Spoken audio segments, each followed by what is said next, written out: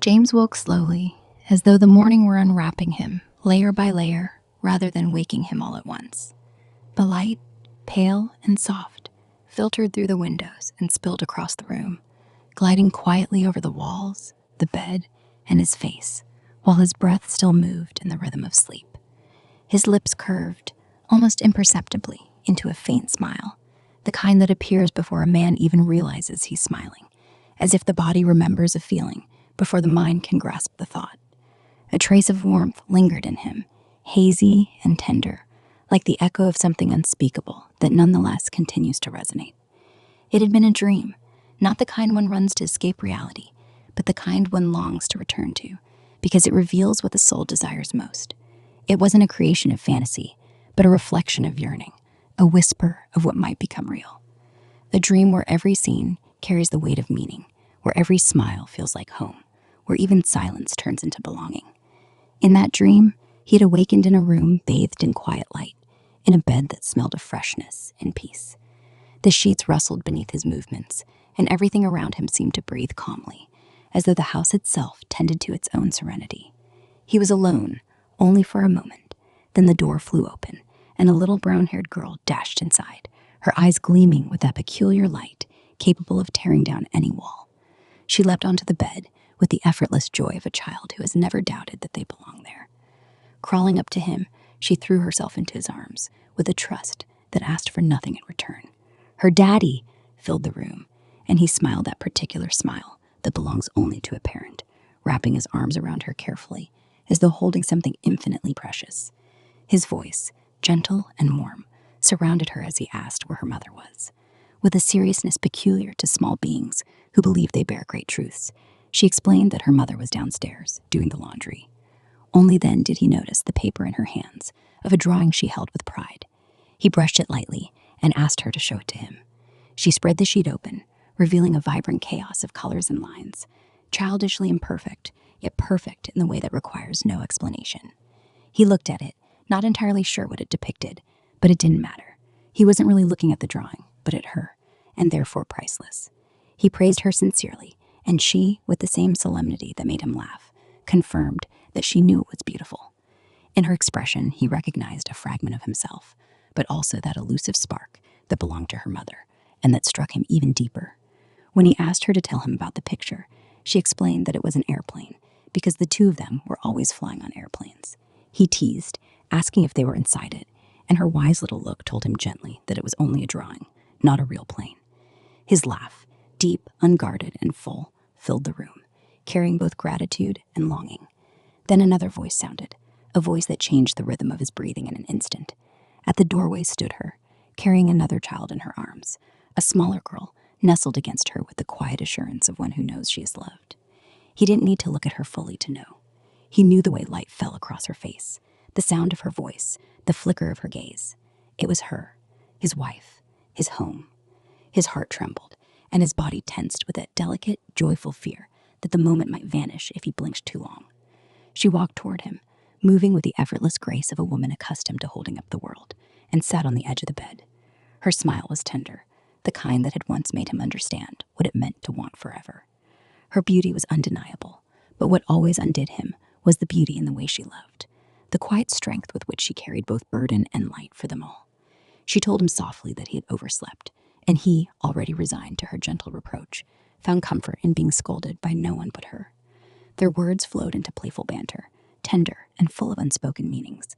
He offered to take care of the children, to give her a moment's rest, and she, with that gaze that always saw straight through him, asked if he said that because she looked tired. He denied it with a smile that betrayed his concern, and she understood. She always did. When she said she didn't want to go anywhere, that she wouldn't trade a day with them for any luxury, he knew it was the kind of truth one could build a life upon.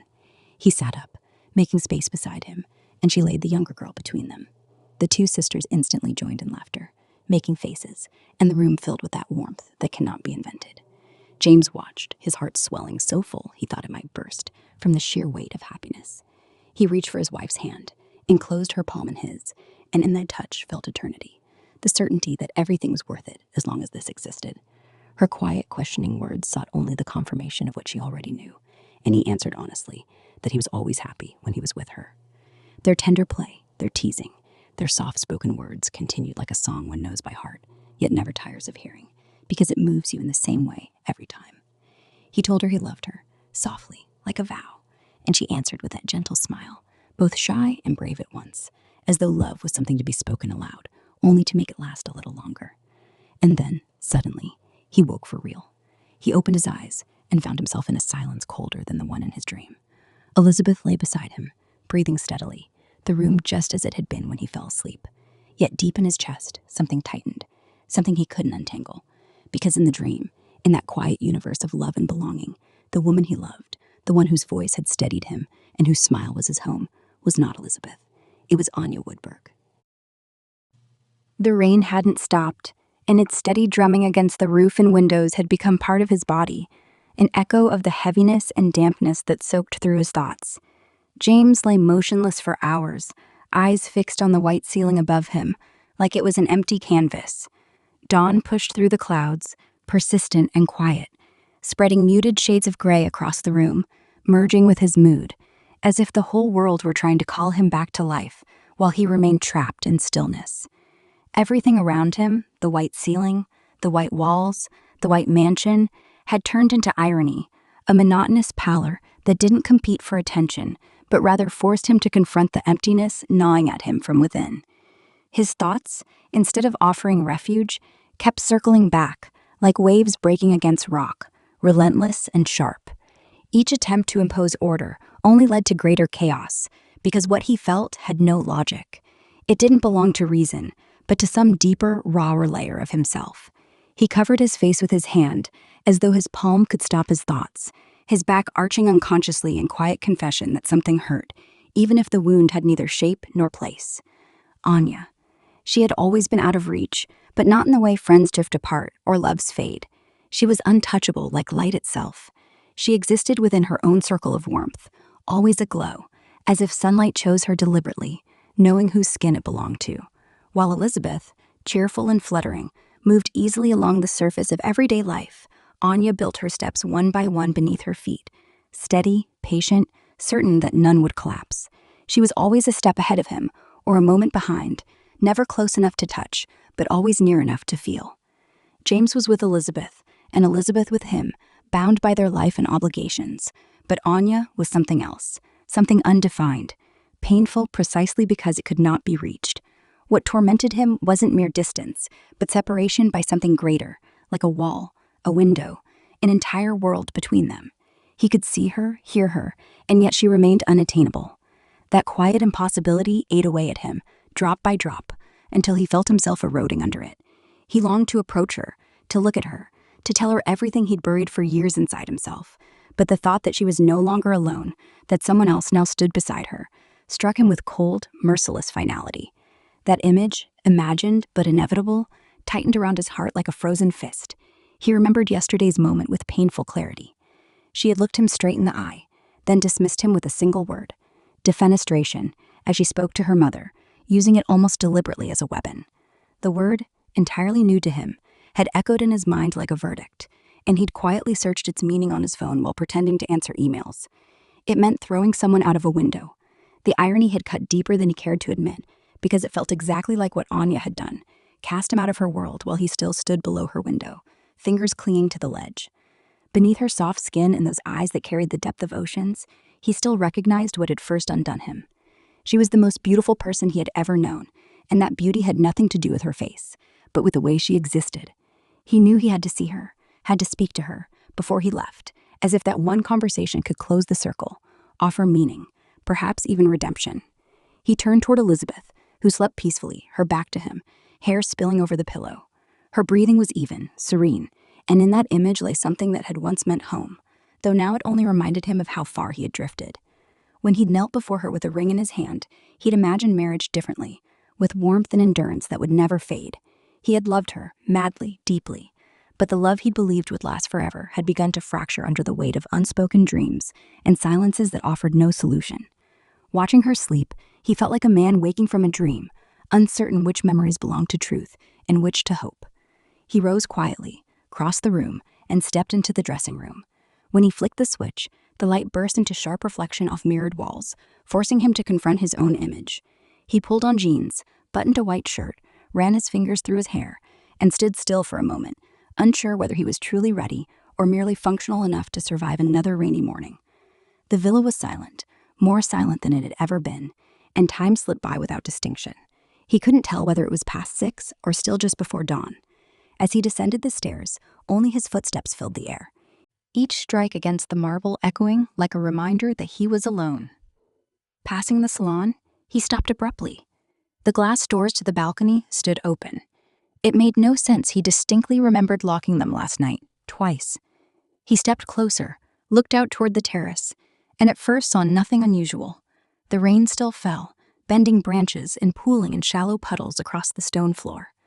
And then he saw her, Anya. Raindrops beat against the roof of the gazebo in an even rhythm, turning the space into an island within the storm. She sat on the bench, wrapped in a shawl that draped over her shoulders and down her knees, fragile at first glance, yet steady in her stillness, almost proud in her quiet composure, like someone who had long ago learned how to breathe in silence. She was alone, and yet her solitude carried no absence, only presence, an inner strength born of pain and stillness. James froze when he saw her, as if the image before him were the one he'd been chasing for years. And with that realization came another, that this might be his last chance. He stepped toward her through the heavy curtain of rain, droplets sliding down his face and merging with the heat of his breath.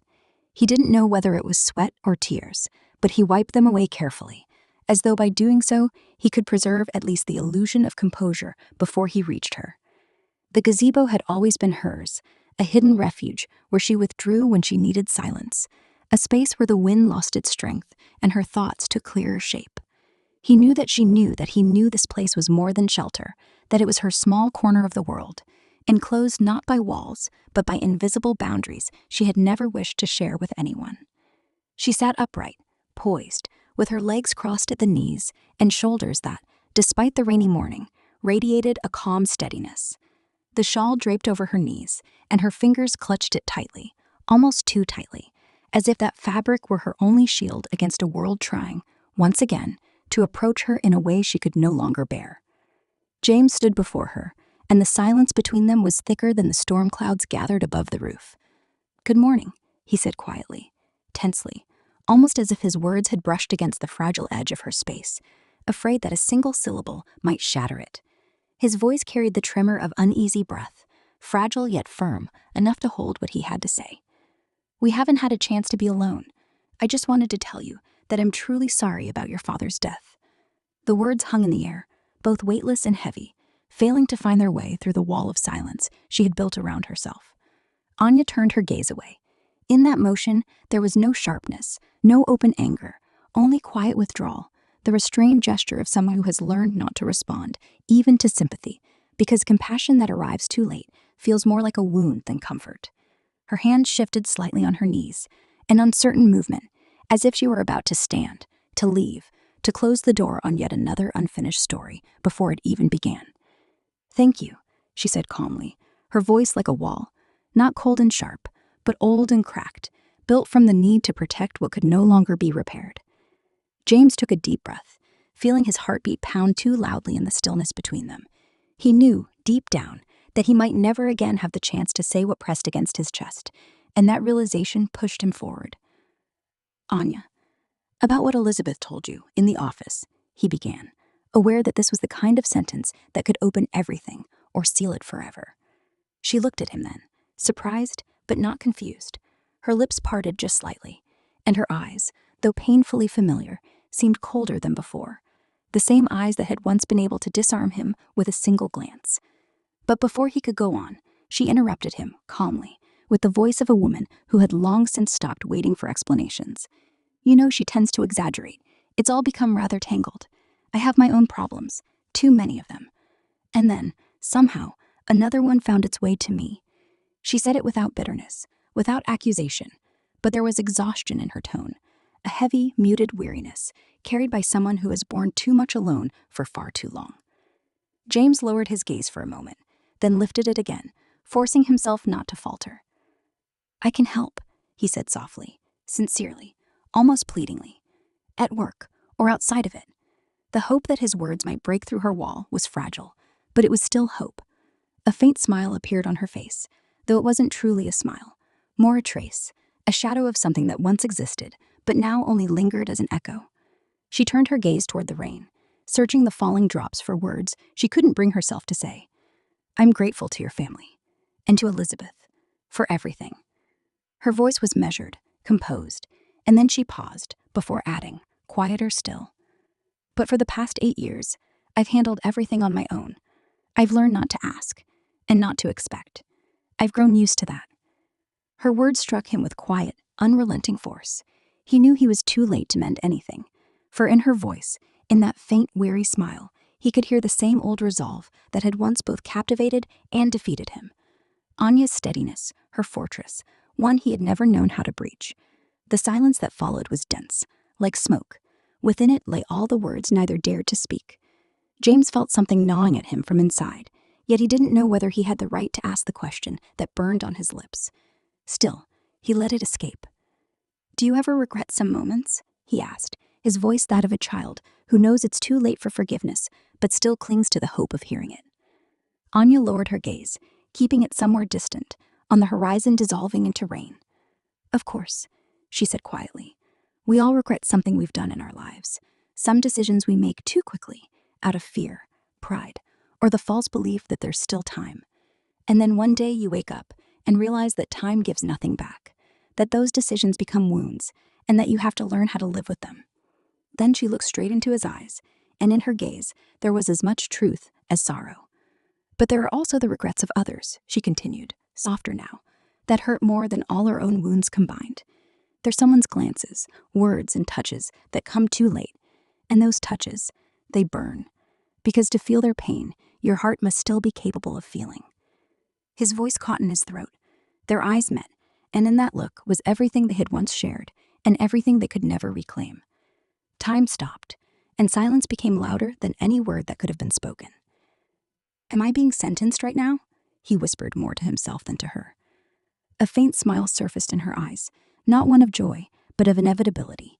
And in that moment, he felt her touch him, not with her hand, but with her gaze, gentle, certain, and inescapable. Then she rose, without a word, and walked past him without looking back.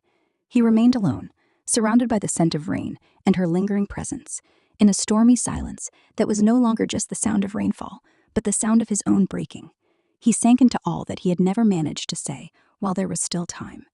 He didn't know that someone had been watching them all along, eyes full of curiosity and something darker beneath, a restrained anger searching for a reason to believe or to condemn.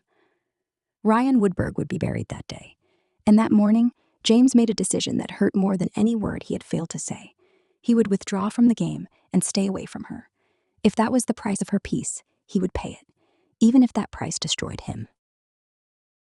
You look like you've been hit by a train, Max mumbled through a yawn, his eyes still stubbornly refusing to open all the way. His voice was hoarse with sleep, carrying that brand of disinterested honesty friends often use when they're too tired to pretend.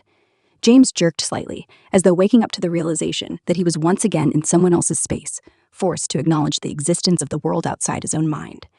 A weak, ironic smile played at the corner of his lips, too faint to reach his eyes. Which part looks the worst? Tell me, and maybe I'll fix it, so you won't have to insist I look like complete garbage. Max waved a dismissive hand, but took his time stretching lazily across the sofa, studying him from head to toe with the smug satisfaction of a man enjoying his moment of authority. Well, your hair, for starters, he said with mock seriousness that quickly turned into a grin. You look like you fell asleep in a tree, woke up in a bird's nest, shoved a hat on, then stuck your finger in a socket out of pure desperation. You know, Max, James replied with the composure of someone patiently waiting for his turn to strike back. You could have just said my hair looks awful. Yeah, but didn't you ask for an honest description? Max teased, his grin widening as he sat up straighter. Maybe it looks great, like in a commercial. I'm just protecting you from the harsh truth. James stood and walked toward him with deliberate slowness. There was something in his step that made Max suspicious, something too calm, too purposeful, almost ominous. He barely had time to react before James grabbed him, wrapped an arm tightly around his waist, and with merciless precision, ruffled his hair until it stuck out wildly in every direction. Let me go, you idiot, Max shouted, his voice still rough with sleep, but now spiced with genuine irritation. When James finally released him, he stepped back to admire the mess he'd created, grinning at Max's reflection in the window. There, Perfect. Now we match. I hate you. I genuinely hate you, James. I know you do. Where's my coffee? Max rolled his eyes, but dragged himself toward the kitchenette, returning shortly with 2 steaming mugs of something that barely qualified as coffee, yet defiantly insisted on being called that. He sat beside James, setting 1 cup in front of him. James stared into his drink, stirring it slowly, almost obsessively, as if he were trying to find some kind of answer, a sign, or a piece of peace in the dark liquid. Where did your mind wander off to? Max asked carefully, lowering his voice and shifting closer, afraid the words might scatter in the quiet. James blinked, disoriented. What? Your thoughts, Max repeated, almost in a whisper. Where did they drift off to, James? There was a long pause. Then James exhaled, running a tired hand through his shoulder-length hair. Somewhere it shouldn't. I know it shouldn't be there. Max watched him closely with the kind of knowing that comes only after years of friendship, and then said quietly, You want to talk about it? James didn't answer. He sat beside the man who was his brother in everything but blood, the one person he could trust with what he couldn't even admit to himself. And maybe because of that, because Max had always known how to slice straight to the truth, every conversation about Anya felt dangerous, like handling a knife by the blade. You wouldn't show up at my door at 6 in the morning unless it was serious, Max said, his tone sharpening. Look at you. You're not even looking at me. You're looking through me. You dragged me out of bed, James, so sit down and start talking. I'm here. James closed his eyes, gathering strength in a slow breath, like a man bracing himself for a confession that would weigh him down for good. Anya, he said at last. Max froze, as if struck. What about Anya? I thought that chapter was closed, burned even. So did I, James muttered, bitterness slipping between his words. Until 2 days ago. She came back to the manor. Max nearly spilled his coffee. Wait, what? She's here? James nodded, and in that small, quiet gesture, there was something broken, something Max had never seen on his face before. Suddenly it made sense, the restless pacing, the short temper, the glassy stare of a man losing control. For the first time that morning, James laughed, a low, dry sound that carried no joy, only exhaustion and irony. Go on then, Max said, leaning back with a smirk, crossing his legs on the table like a man settling in for a story. Tell me, how's your soap opera going? Really? James asked, incredulous. Really, Max said, raising his cup like a toast. James sighed, his gaze drifting toward the shadowed walls, his voice growing heavy with the slow ache of confession. I don't know how to deal with it. I don't even know what I feel anymore. She's a mother now, you know. Max sat up straight, alarm flashing across his face. You don't mean to tell me the child is yours? The question hit harder than he'd expected. Something tightened in James's chest, like a cord stretched too long, ready to snap. No, I'm not the father. Her little girl, she's not mine. Fred's still in their lives, so they're together. Of course they are, Max muttered, with a hint of disdain. Fred, I remember him, Mr. Perfectly Predictable with an ancient name. Yes, James said quietly, that Fred. But why does it bother you so much? James didn't know how to answer, only that it did. It gnawed at him, burned through him, left him restless and angry. Every time he saw Fred touch her hand, brush a strand of hair from her face, he wanted to hit him. Their daughter's deaf, Max, and I don't know. She's special, and that little girl has Anya's smile, the same one she used to have. And Scarlett adores her. Children recognize souls, Max said softly, his tone suddenly stripped of mockery. They love instinctively. They see what we can't. James nodded faintly, his shoulders tightening, as if even his body wanted to escape his own emotions. But seeing her again broke something in me. Everything came back. Every word, every look, everything we never said. Max studied him in silence for a long moment, his earlier humor gone. Then, with quiet respect, he asked, You never told me how it all began with the two of you. James gave a tired, wistful smile, one that couldn't decide if it belonged to nostalgia or pain. It actually started by accident, stupidly. Banal, really. It was raining, hard, like the sky itself was cracking open, just like today. Max settled back, lifted his cup, and took a long sip, a faint grin playing at his lips. All right, I'm listening. I swear I won't interrupt. James closed his eyes for a moment, as though preparing himself for a journey through time. When he opened them again, his gaze fell into the dark swirl of his coffee, searching, perhaps, for courage. And as silence thickened between them, the memories began to return of the days that had never truly left. James turned on the indicator and slowly steered off the road, the wipers screeching helplessly across the windshield, battling the relentless rain that fell as if the sky itself were purging months of burden. The engine went still, and for a long moment he sat there, hands gripping the steering wheel, as if that cold circle of plastic could anchor him to a reality slipping through his fingers. Then, quietly, he opened the door and stepped into a world painted in endless shades of gray, torn apart by wind and rain. The wind hit him at once, sharp and cold, and the rain broke across his face in 1,000 tiny blades. But he didn't care about the dampness soaking into his clothes or the chill burrowing into his bones. There was only one goal and one place his body knew how to find. Every drop that struck him was meaningless compared to that pull. He walked fast, almost breathless, toward the figure standing in the misted haze beside a car, small beneath the weight of the storm. Her hair was wet, clinging to her cheeks. Her shoulders were slumped, her posture fragile, as though she were bracing herself against a world that had been cruel for far too long.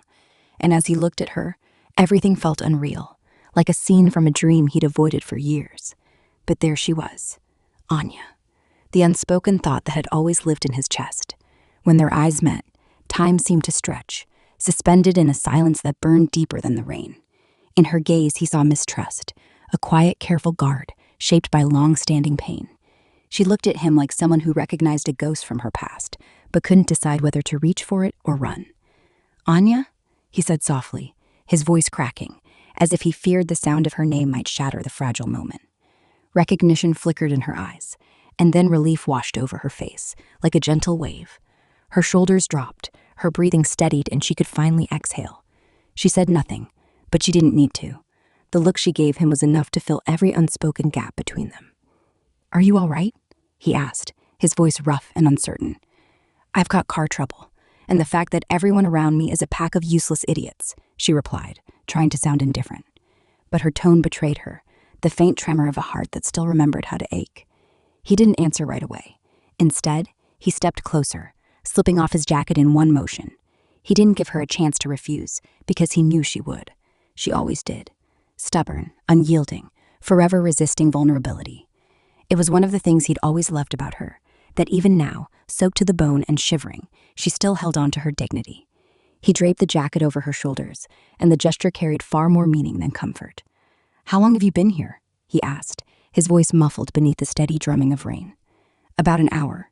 I got lost, and then smoke started coming out of the hood." Her words carried no panic, only weariness, like someone long accustomed to the world's resistance. "Let me give you a ride," he said, and there was no room for refusal in his tone. She hesitated, and in that small pause, in that quiet restraint, all their history lived. The weight of what had been unspoken lingered between them. His presence made her vulnerable, and she didn't know if she could let herself fall again.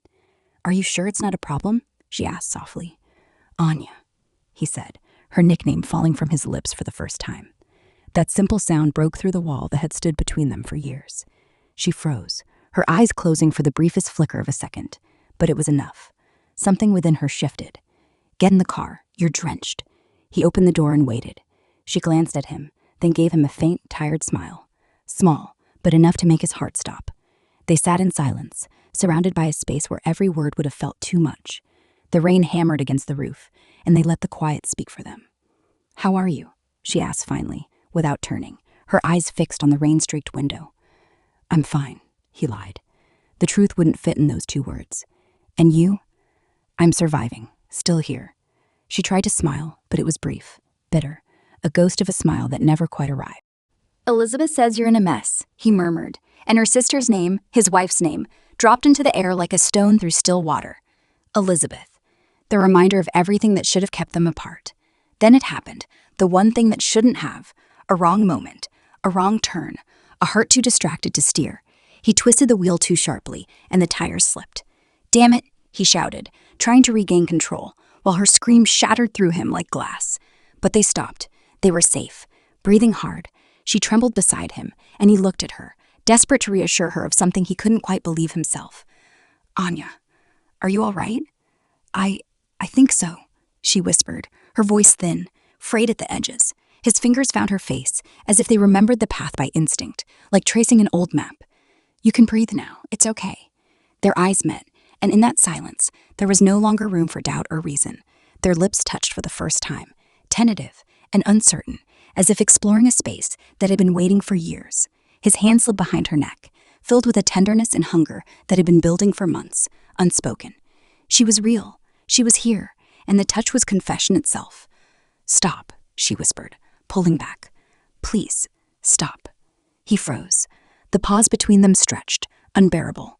"You're married to my sister," she said clearly, calmly.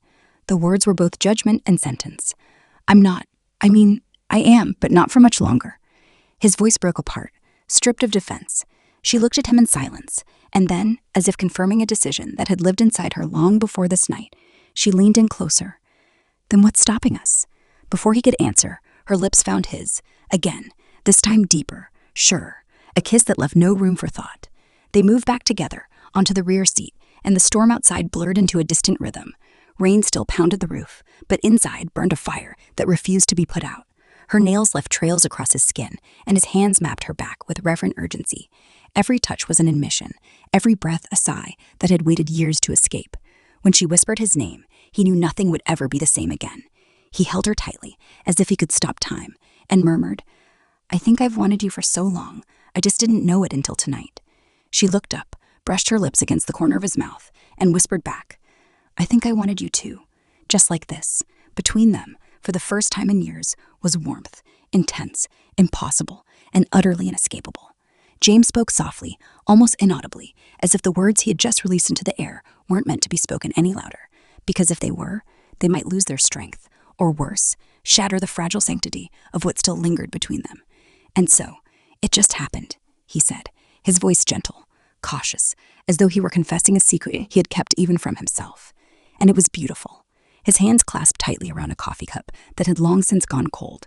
The liquid inside was lukewarm, nearly lifeless, but he didn't feel it. The warmth he held came from somewhere else, something smoldering deep within him, something far hotter than the world outside.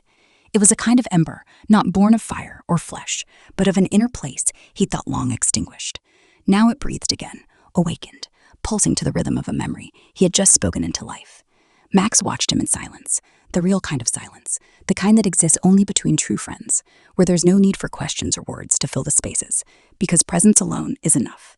His gaze carried patience, but also compassion, one that did not seek explanations.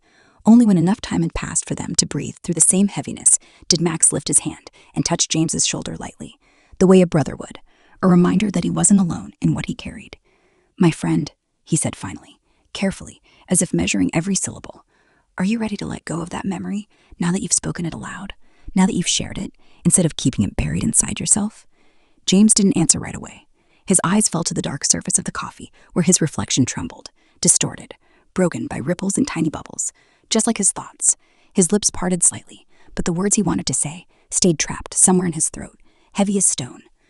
"I'm not sure I am," he admitted at last, his voice quiet, hesitant, as though even saying it cost him something. "Why?" Max asked, not with judgment, but with that sincere, brotherly curiosity that feels more like an open hand than a knife. James looked up then, meeting Max's dark, steady eyes, eyes that offered solid ground, and something within him shifted.